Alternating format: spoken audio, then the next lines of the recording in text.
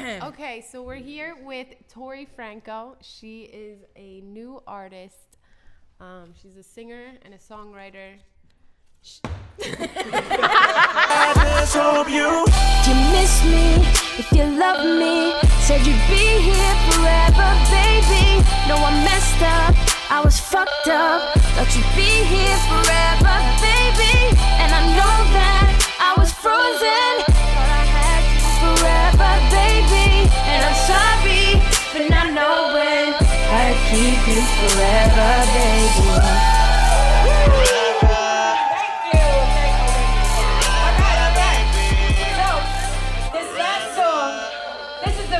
Song of the night.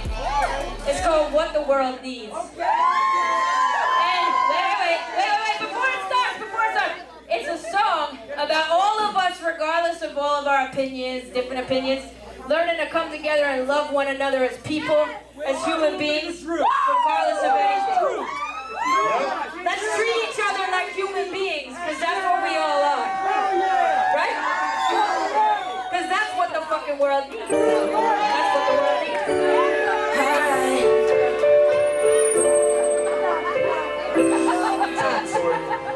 Okay, this is what I want to know.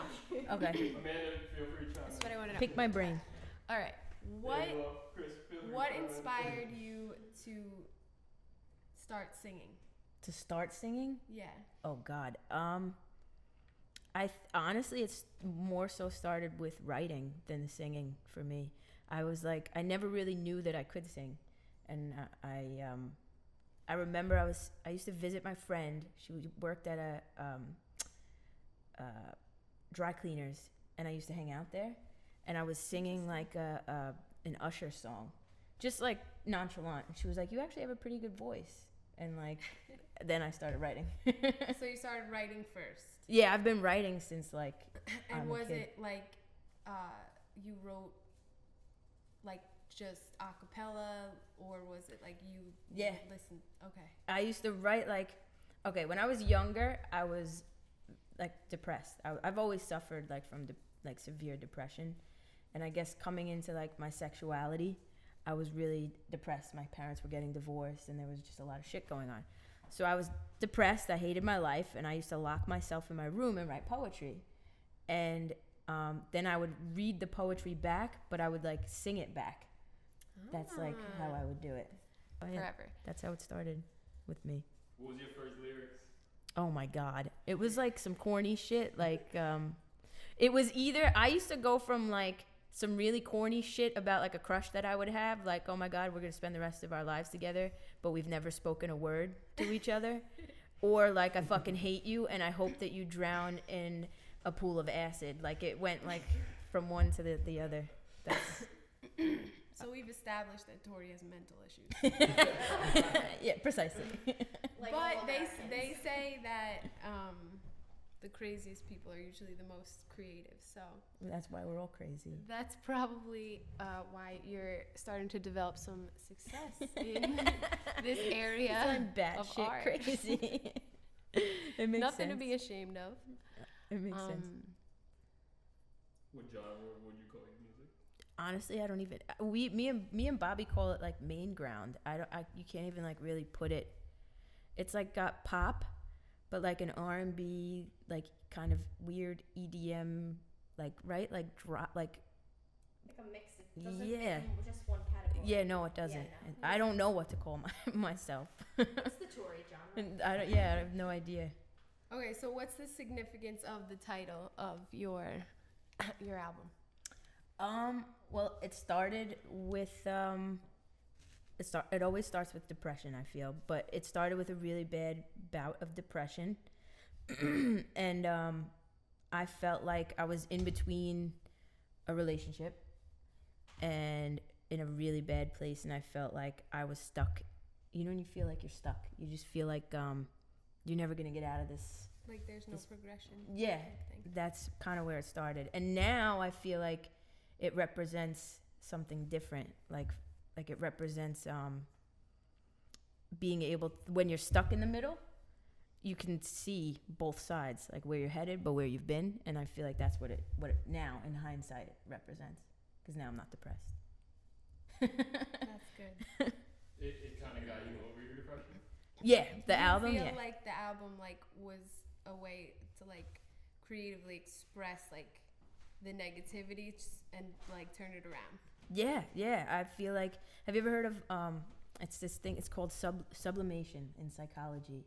It's like where we all have like different ways of coping with things. Some people avoid. Some people lash out in anger, and they're all bad except for sublimation. And like you, me, anybody who's creative like that, we can take a shitty situation and turn it into an album or a song. Work of art of Yeah. some kind. Like emotional alchemy. That's what Writing is your therapy. absolutely. And Yeah. so there's like bad ways to deal with your problems This is a good one. and more productive ways. So Yeah. this was very productive. I Thanks. will agree with that. Thank you. I hope so. Feel What would you say is your most inspirational song, and what was it about? on the album or just in general? On the album. For me, What the World Needs is probably the most inspirational and worldly. Like, it's about what the world needs. We need to love one another. We need to respect one another as people and start treating each other like human beings. So I feel like that song is the song I'm most proud of. Definitely. Okay. 100%. Sure. Okay. I want to know, how long did it take to complete the album from start to finish? Like the writing process The or everything. creation of it. Oh God. It's technically still the creative. Well, part one, because we know the CD has 2 parts. Yes. There's 12 songs total, and there's 6 songs in each album. Is there any significance to that? No. Okay. No. I thought she was gonna get real artsy on us, but No. I just really wanted to put something out like immediately, and these. and you were ready, like you felt like this was the time. Yeah. Okay, so for part 1, how long? I started writing over a year ago, I'd say. Like summer of 2016, I wrote "Show You," which was the first song on the album. And did you is the order that you chose the order that you recorded them in? No. Okay. No. "Show You" just so happens to be the first song, but I kind of wanted it to be like, at least for the first part, for it to go from like dark to light, like the darker songs first, to kind of represent like that you may start out in darkness, but you end up in like a positive, like a triumph over depression, and that's kind of how I wanted it. I don't know if I guess. Yeah, no, I think you did that successfully. I listened to it a few times, so. My favorite song, "Keep You Forever." Really? I don't know why, I just love it. I remember at the album release party, you said that you got like emotional. Because I'm like, she's singing it, she's like looking into her ex's eyes. I'm like, Yeah, that's it. the most emotional song. As far as like inspirational, What the World Needs has that. But yeah, like I Keep said, You Forever is. there's like a lot of songs on here that are like more like romantic relationship, like, which almost anyone can relate to. And then like the more like worldly, like more like general. What the World Needs, yeah. How did she react to these songs? Yeah. Oh my God. Are we allowed to talk about this? Yeah, we're totally allowed. She's probably gonna watch this and laugh. Show You. Show You. She hated at like not the song itself, but the words. She was like, really, like that's how you feel. And Dark Cloud really honestly isn't about her. It's just about Oh yeah, you're definitely poking at her at some of these songs, trying to get at her. You could tell. Is this your first album?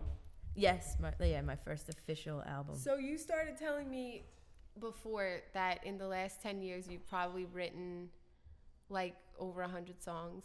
Oh yeah, easy. And like what made you finalize like to choose these songs over the other ones?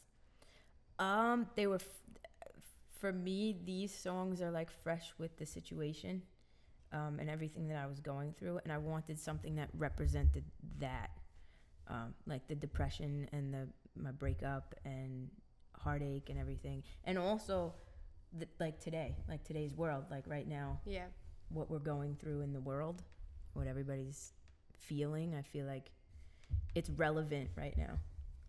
That's really it. Who did you work with on this album? Just Bobby, and every song is produced by Beats Craze. He's in, I think, the UK. I think. Oh, and you paid for all the beats too. Yeah, it's expensive. So it was So worth tell it. us about how you and Bob started making music together. Oh God. How'd you meet him?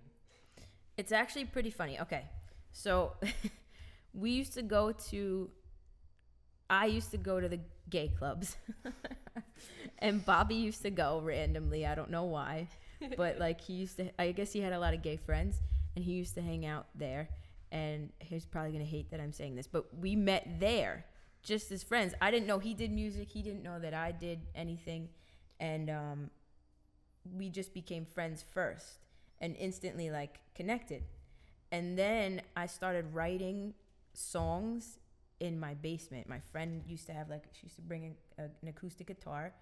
I had a karaoke machine, and we used to hook up her guitar and my microphone to the karaoke machine and record shit on her phone. Yep, that's how Like we were ghetto, like we were like ratchet, and we wrote like 6 songs. Like the first song I ever wrote. Like after that, I was like, oh my God, like give me more. And I wrote like 6 songs in like a 2-day period. And then Bobby's friend, the one that doesn't matter, reached out to me because I put them on MySpace. Like MySpace was still relevant, and he was like, dude, me and Bobby are writing songs, like come and record in an actual studio. And then me and Bobby just started writing together. Sweet. So tell us about your studio process.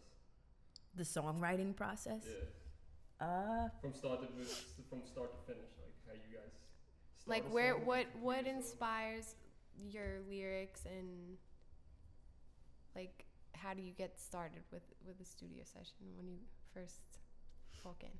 I feel like I listen to the beat first. Like that's what you're saying, like the process of that. Yeah.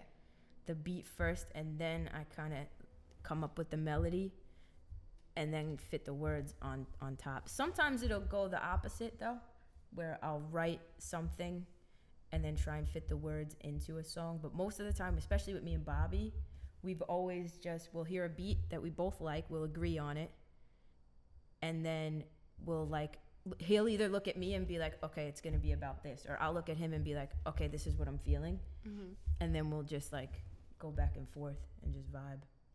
Sweet. And do you record yourself? I do, yeah. Most of the time, for most of the album, Dark Cloud was recorded. The first part was recorded in my house with me and Bobby, and then we took the project and brought it to his house, and he did his part. But most of the other songs, Keep You Forever, What the World Needs, all of the other songs were at my house, and then I sent them to him. And he just mastered them. Yeah, he mixed and mastered them, and then put his little verse on it. I think he fits pretty well in them. Yeah. And he's really great with performing also. Yeah, Both of you guys did he a makes good me job. comfortable. Because I get really nervous up there. Really? Oh my God. I couldn't tell. You did a really good job. Friday, I wasn't. For some reason, I don't know what it was, but Friday I was like, I'm going to fucking murder this. because that was your night. And you did murder Yeah, I it. was like in the element. Every other time, I'm like, oh my God. Like, I can't even like. When did you first perform? Oh God. Your first performance. Yeah, like live. This is what was that another like? funny story. My first performance, me and Bobby wrote this song literally, what year are we in? 2017? Probably about 8 years ago we wrote this song, and it was the dumbest song you'll ever hear. Like seriously, the song sucked. I hate it. It's called Stop Creepin'. And who says creepin'? Who says that? And he like Bobby produced it, and we wrote it in his like house, and for some reason everybody loved it, and we somehow got this connection to be on this like local radio show and perform it. Nice. And we did, and it was the worst performance ever. Like ever. And the guy that doesn't matter was there, and he was like, he just made it 10 times worse. My first official performance, like with me and Bobby, was in March. Wow, recent. Yeah, like 6 months ago, 7 months ago. And like, how are you adjusting to, like, you said you're nervous every time. Oh yeah. Up until the release party. Up until the release party, yeah. So but do you feel like the album maybe gave you like a little more confidence, or you're gonna feel that nervousness again? No, I'm still gonna be nervous. Not at all. You've been getting a lot of good feedback on your YouTube channel. How does that I feel? have. That is crazy. I've always wanted to do YouTube, and that I just kind of like stumbled upon. It kind of was just like, oh, here it is. Oh, it's in my lap. Okay, and that feels really dope because a lot of the subscribers are from the Philippines, and I've learned a lot about the culture, and I've made actually a lot of awesome friends. That's awesome. How did they find out about you over there? Reaction videos. I did. Do you remember? Did you watch the New Year's Eve performance of Mariah Carey? No. Okay, Mariah Carey. Talk about the worst performance ever. Like, oh yeah, I think I know what you're talking about. She bombed. Oh my God. Yeah. So I thought it would be funny because I'm a jackass to react to that video for YouTube because New Year's happened and I was like, I'm going to commit to making one YouTube video a week at least because I just want to get myself out there. I made this reaction video 3 days after New Year's, and somebody from the Philippines found it and was like, oh my God, react to, and like gave me a name from the Philippines and was like, react to this singer. I was like, all right, whatever. Like, it's my first YouTube comment. That's cool. So I reacted to it, and within a week, I had 1,000 subscribers. Like, in a week. Wow, that's crazy. In 1 week. And then the week after, 2,000. The week after that, 3. And, like, it just kept going and going. So how many do you have now? 11,000. So, and it only took a few months for that? Yeah. So you're fairly new to YouTube? Yeah. Oh, okay. Yeah, like being a YouTuber, yeah. Would you ever go to the Philippines? Oh my God. Hell yes. Yeah. In a fucking heartbeat. Are people like So, yeah. how are you? They're responding, like, because I know on YouTube you came out with like videos like saying that you're coming out with your own music. Because a lot of your videos are reaction videos. Yeah. So now you come out to the YouTube fans telling them that you're trying to do something on your own, and they're like all super like supportive. Yeah, like, you know what it is, and I've thought about this, when people get to know you as a person, they'll support you no matter what. And I feel like I've built relationships with them that now, like, I get messages and they're like, dude, no matter what, like, we're gonna fucking support you. Yeah, they have faith in you too. Because, yeah. I mean, obviously, because most of your reaction videos, they're all based on like music performances. Yeah. So essentially it's a music channel, you know, because I did the vlog with us in the warehouse. Yeah. And all of that. So like I want it to be centered around music, but yeah, they're like, I could probably like crap on an album and they'd be like, that's awesome, like, because they just like me as a person. That's great. They just fuck with you. Yeah, it's a good feeling. They're cool though. What's the main message that you're trying to spread through your music? It's the idea that you can overcome anything, that you don't have to. The main thing I want to portray to people, anybody, is that you can get through any struggle, whatever it is, and that it doesn't always last. That's what I want, and just to spread love, you know what I mean? Like, and spread positivity, and let somebody know if you're feeling like shit, if you're being bullied, because I was bullied, if you're feeling depressed, that it doesn't last, that you can always, because people especially on YouTube, they put me on this pedestal, and they don't realize like I'm just like you. I'm just like you. You know, like and that's what I want to spread. Like that we're all the same, and that you can get through. If I can get through it, you can get through it. Type of thing. And then, like, what do you suggest? Like, to just be like open and exposed about your problems, and don't be like afraid to share. Yeah, absolutely. Like, people like a human being. They don't want perfection, because when you see that the person that you're putting on that pedestal, like for me, my idol is Justin Timberlake.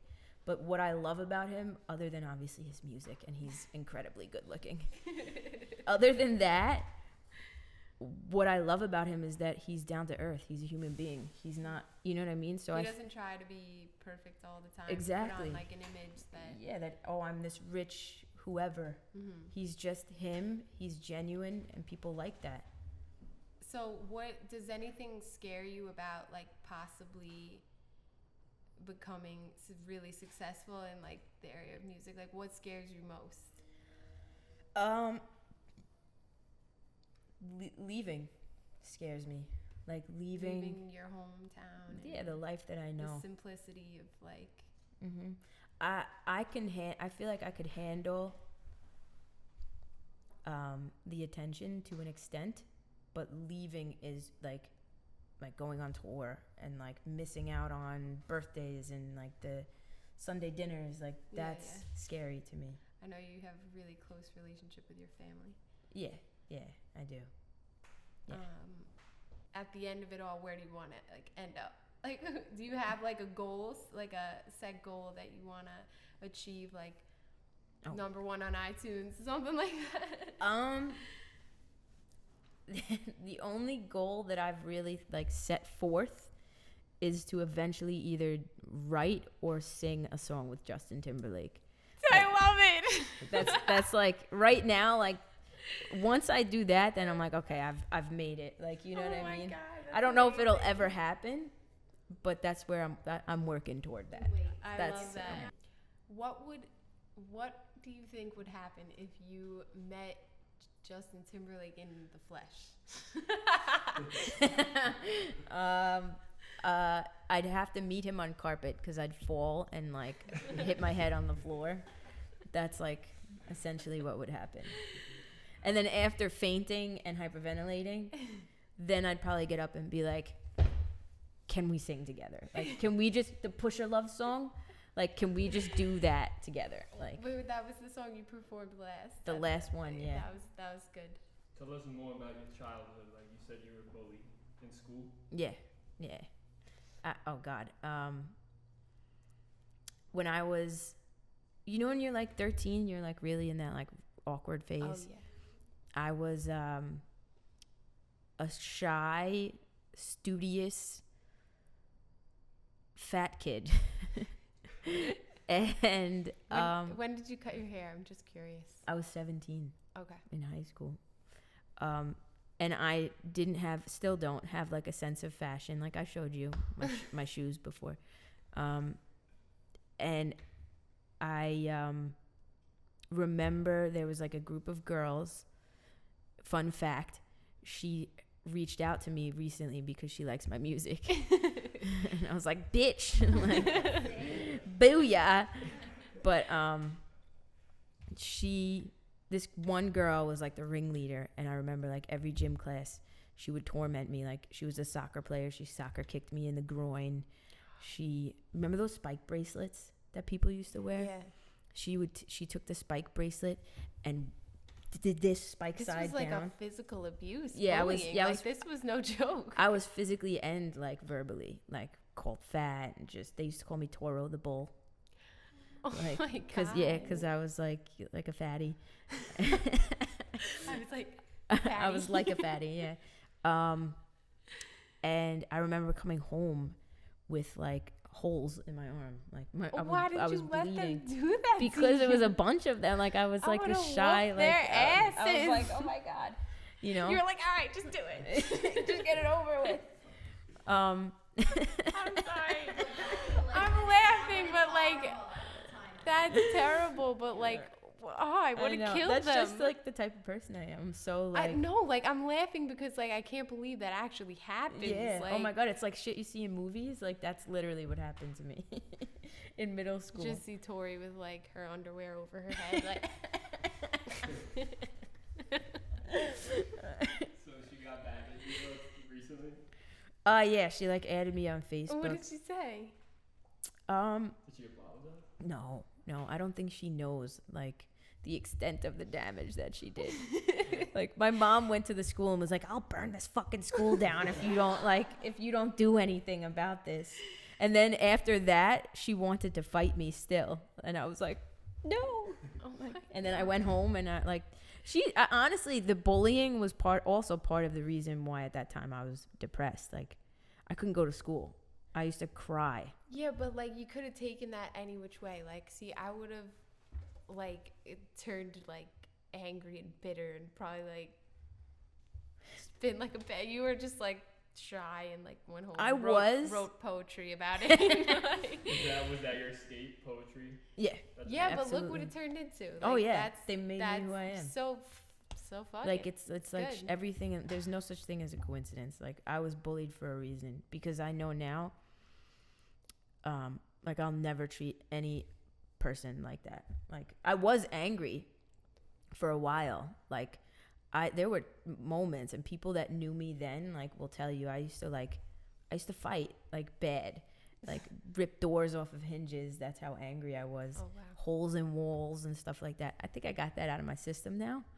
But like I know now. She's a grown up. Yeah, apparently. But I'll never treat like a human being like that. Like Yeah, because you know how it feels. absolutely, yeah. And it's like a gift and a curse. I really think that you have a lot of like wisdom, and Thanks. that's why I have faith in your music, Thank you. and that's why I feel like we're soul sisters.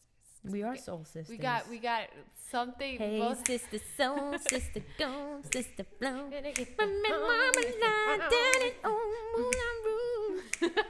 Alright, I'm done. And cut. wait for it.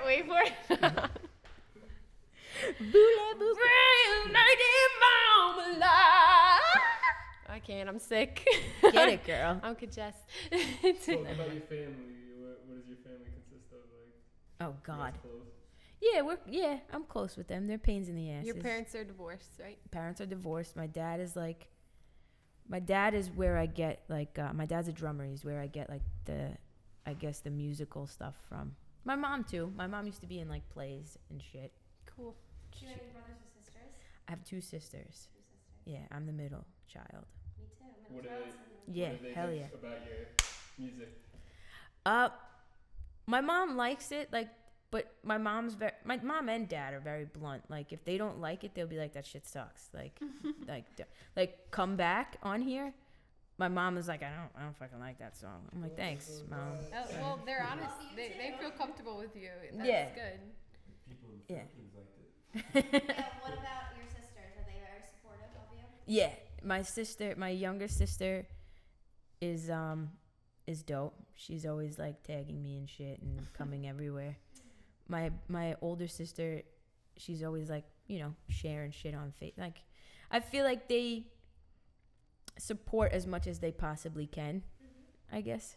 But yeah, like my dad is the biggest pain in the ass. But he's a good pain in the ass. I think he wants to like be my manager.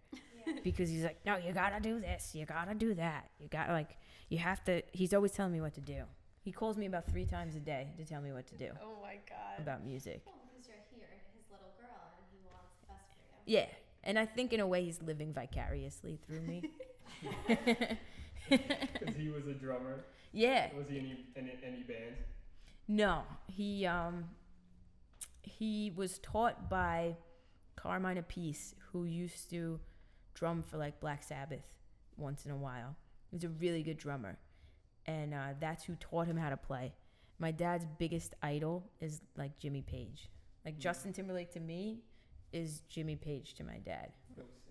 That's another goal of mine, actually. Fun fact: I want to get to a point where I can get Jimmy Page's attention and have my dad meet Jimmy Page. I think I'd kill my dad, but he'd go out smiling. So. How would you describe the Long Island music scene?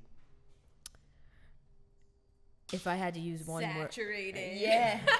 Yeah, and egotistical. A lot of it is ego.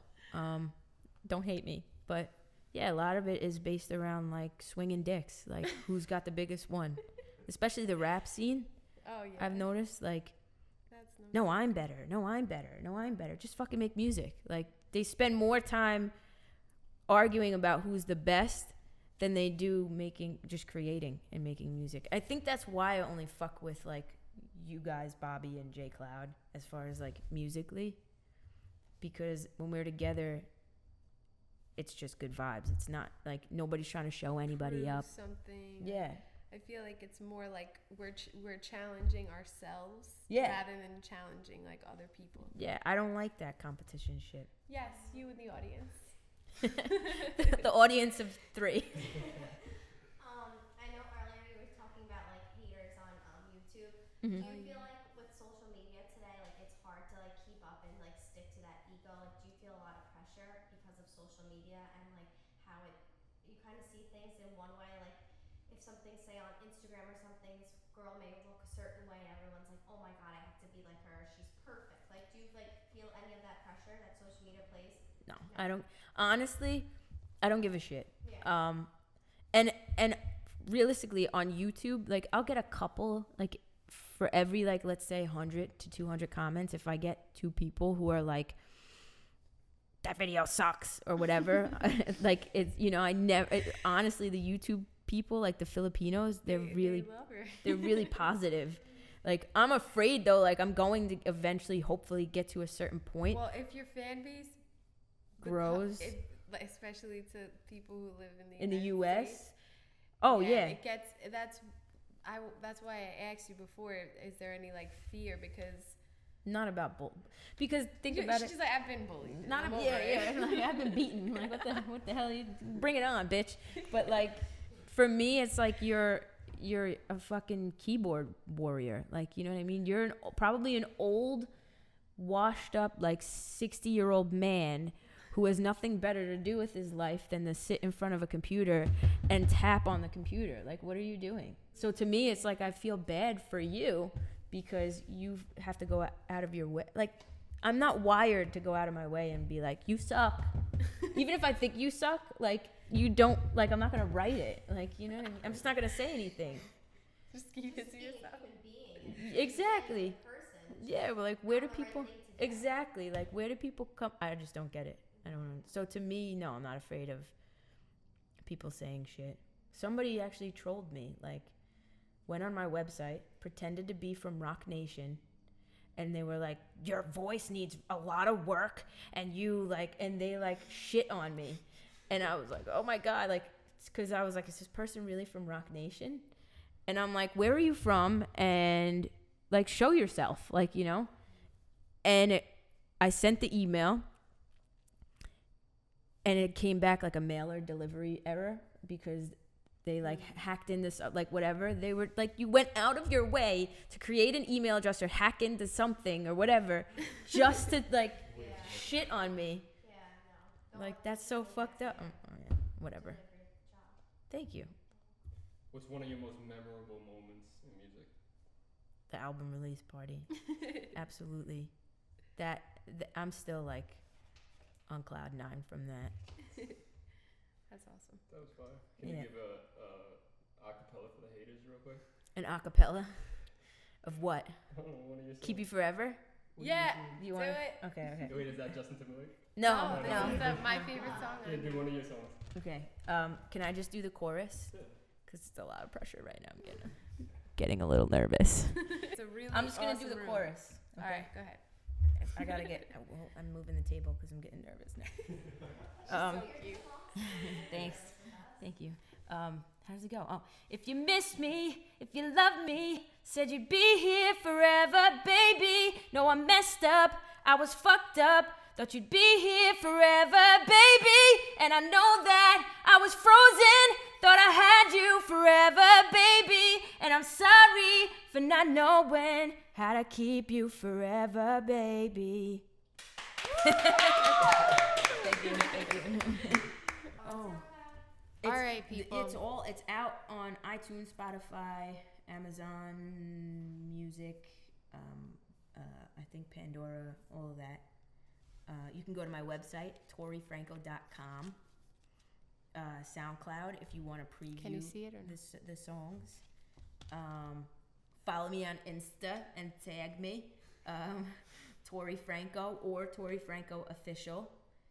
And Facebook is just type in Tori Franco and you'll find me. You got any shout outs for anybody? Shout out to Bobby G, Genesis, Gregory.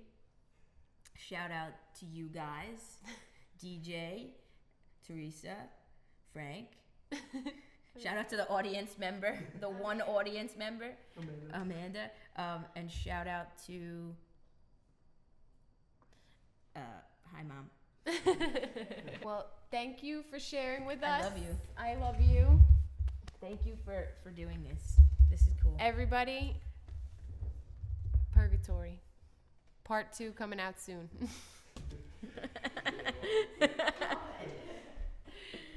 Damn. That was good, right? Did you feel comfortable? Yeah, I mean, like, came in waves because, like, I'm really camera shy.